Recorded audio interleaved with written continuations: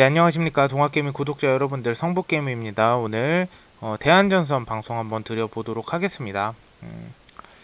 우선 증시가 또 계속 빠지고 있어요. 여러분들 연일 이 코스닥도 그렇고 이제 코스피도 지금 많이 빠지고 있는데 사실 여기부터가 2900포인트 선 아래부터가 어떻게 보면 이제 패닉셀 구간이었다 이렇게 보시면 될 것 같아요. 그래서 여기 구간까지 만약에 떨어진다라고 한다면 제가 봤을 때는 2800원 구간을 좀 터치를 해주고 반등이 나와주지 않을까 이렇게 생각은 하고 있어요. 근데 지금 장이 계속 안 좋다 보니까 이 주가가 좀 그 연일 폭락을 하는데 결국에는 이제 우리가 이제 미국 증시도 많이 따라가죠. 미국 증시도 많이 따라가지만 뭐 북한 미사일도 그렇고 여러 가지 이슈가 있는데 일단은 뭐 종목 브리핑 전에 장이 왜 빠졌는지에 대해서 좀 살펴보도록 할게요.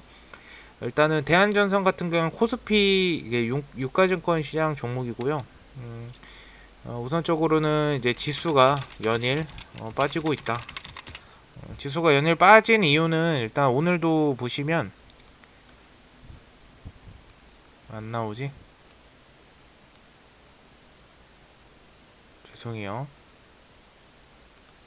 사진이 안 나오네요. 일단은 뭐 필요 없어도 되니까 일단 연일 빠지고 있고 다우지수 미국 증시 보여드리려고 보여드린 거예요. 그리고 S&P 500, S&P 500 그리고 나스닥 이렇게 세 개가 또 지수가 계속 빠지고 있고요. 저희는 결국에는 이제 미국 증시를 따라갈 수밖에 없고 저희도 이제 그거에 따라서 좀 빠지고 있는데 제가 전에도 말씀드린 부분처럼 FOMC도 3월까지는 지속이 될 가능성이 높다. 이 우려가 그리고 인플레이션 그거 말 그대로 물가 상승이죠. 으로 인한 증시 하락 그리고 결국 FOMC나 이제 인플레이션이 지속이 되면서 국제 유가가 상승을 했다. 그래서 저희 나라 이제 흥구석유나 뭐 한국석유 같은 경우에 계속 올라가고 있죠. 그래서 그 부분도 참고하시면 될 것 같고요. 그리고 추가적으로 플러스는 이제 뭐 북한 4일 연일 미사일 발사 이것도 영향이 가고 뭐 이제 문재인 대통령이 이제 그 사우디 이쪽 방문을 했죠. 방문을 했는데 UAE 반군이 UAE 반군 세력이 미사일 발사 뭐 이런 식으로 이제 뭐 전쟁 심화 이런 식으로 돼 있는데 사실 이거는 우리랑 전혀 관련이 없는 건데 그냥 문재인 대통령이 거기 가 있으니까 근처에 가 있으니까 그냥 그렇게 우려가 좀 된 거다라고 보시면 될 것 같은데 제일 큰 건 요거예요. 그래서 이것 때문에 결국에는 지금 주가 지수 빠지는 거에 어떤 게 있죠? 패닉셀이 옵니다. 구간이 온다. 이렇게 보시면 돼요. 패닉셀 구간이 오다 보니까 이게 어떻게 되냐면 공포감이 들죠. 들어서 투매 현상이 발생한다. 이렇게 보시면 돼요. 그래서 지금 여기가 딱 그 구간이라고 보시면 돼요.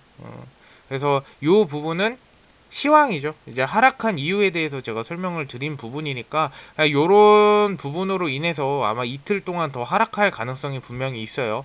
그러면 결국에는 이제 대한전선 같은 경우도 사실 뭐 이슈가 크게 없기 때문에 증시가 지수가 빠져버리면 같이 하락할 가능성은 확실히 높다 이렇게 좀 보시면 될 것 같습니다. 그래서 이 부분을 참고를 해주시면 좋을 것 같아요. 그리고 대한전선 제가 어제 방송 드렸는데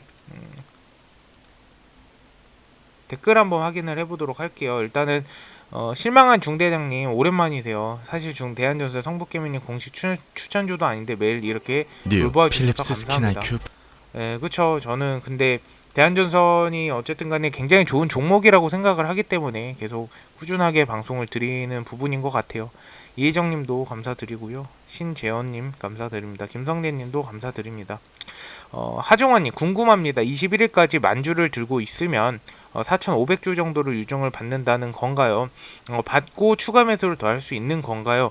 일단 유증가액이 유증을 만약에 받게 되시면요.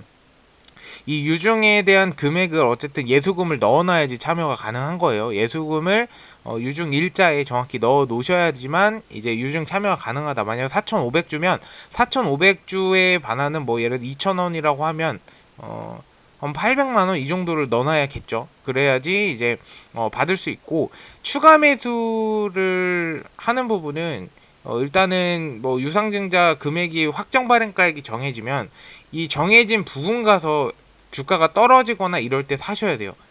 그러니까 뭐 이 발행가액을 주는데 이 발행가액을 추가로 매집을 하기는 힘들죠. 대신에 이제 신주 인수권이라는 게 있는데 그 부분은 제가 3월달 가서 추후에 말씀을 드리도록 하겠습니다. 일단 추가 매수할 수 있을 것 같은 만주 중 21일 5천주 매도하여 현금 확보 추가 매수하는 건 저는 근데 그냥 보유하는 게 더 나을 것 같아요. 그러니까 지금 만약에 수익이나 보합이면 상관이 없는데, 만약에 지금 손실인데 굳이 매도를 하고 아래에서 다시 잡는다. 근데 아래로 더 떨어질지 말지 어떻게 모르는 거잖아요. 사실 어떻게 보면. 그래서 지금은 장이 우선적으로는 특성상 하락장이고, 지금 특성상 하락장이죠. 하락장이기도 하고 하기 때문에, 지금 상태는 제가 봤을 때는, 굳이 뭐 뭔가를 제스처를 취하지 않아도 될 것 같아요. 굳이 뭐 할 필요는 전혀 없을 거라고 생각을 하고요. 일단은 제가 대한전선 같은 경우에 항상 여러분들한테 체크 드리는 금액이 있죠. 1,500원, 2,000원 이 부분. 그래서 제가 그 말씀드린 부분 중에 하나가 이 대한전선 2,000원 부분을 돌파를 못 해주면은 그냥 지속적으로 제가 봤을 때는 횡보할 가능성이 높아요. 이렇게 지속적으로 횡보하다가 뭐 이렇게 추가적으로 추후에 뭐 이런 식으로 반등을 줄 수는 있겠으나 2,000원 선을 사실 돌파하는 게 저는 어려운 일은 아니라고 생각을 해요. 대한전선이 설마 2,000원도 돌파를 못할까 이렇게 생각을 하는데 여전히 돌파를 하기가 지금 좀 힘든 상황이네요. 어떻게 보면. 그리고 대한전선 이슈가 또 하나 있어요, 여러분. 뭐 어제 나온 기사인데요. 죄송해요. 갑자기 오늘따라 컴퓨터 렉이 좀 심해가지고 잠시만요.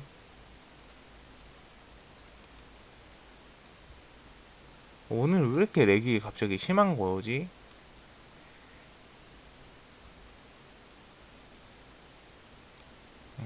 이제 켜졌어요. 와, 왜 이렇게 렉이 심한 건지 모르겠는데 어쨌든 대한전선 나영균 사장 등 경영진 자사수 14만 주 매입, 4만 주 이상 매입에 이어서 경영진이 또 14만 주를 매입을 했다 하는데 부사장 1만 5천 주, 나영균 사장 5만 주, 뭐 이런 식으로 자사주 매입을 했다고 합니다. 자사주 매입하면 굉장히 신뢰감이 커지죠.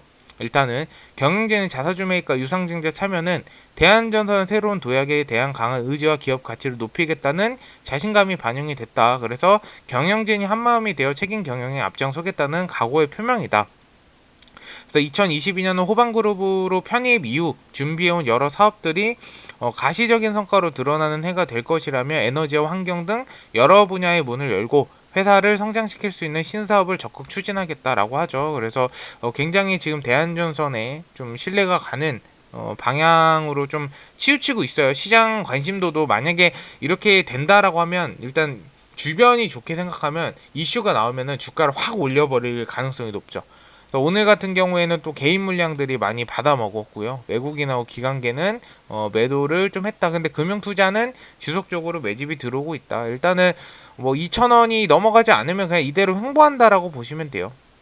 근데 뭐 크게 걱정할 필요는 없는 게 지속적으로 뭔가 신사업 추진도 많이 하고 있고 여러 가지 이슈나 모멘텀도 추가적으로 무상감자, 유상증자도 있기 때문에 그때까지는 우리가 적어도 지켜봐야 될 부분인 것 같습니다. 그래서 대한전선은 여러분들이 크게 걱정하시지 마시고 오늘도 주가 선방했어요. 남들 뭐 5% 마이너스 10% 빠질 때 대한전선 0.3%.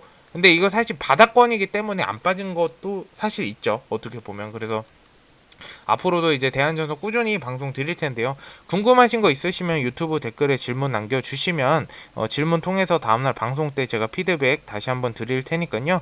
댓글 꼭 남겨주시고 어쨌든 오늘 방송 들어주셔서 대단히 감사드리고요. 방송에 좀 도움이 되셨다면 좋아요와 구독 한 번씩 부탁드리도록 하겠습니다. 감사합니다.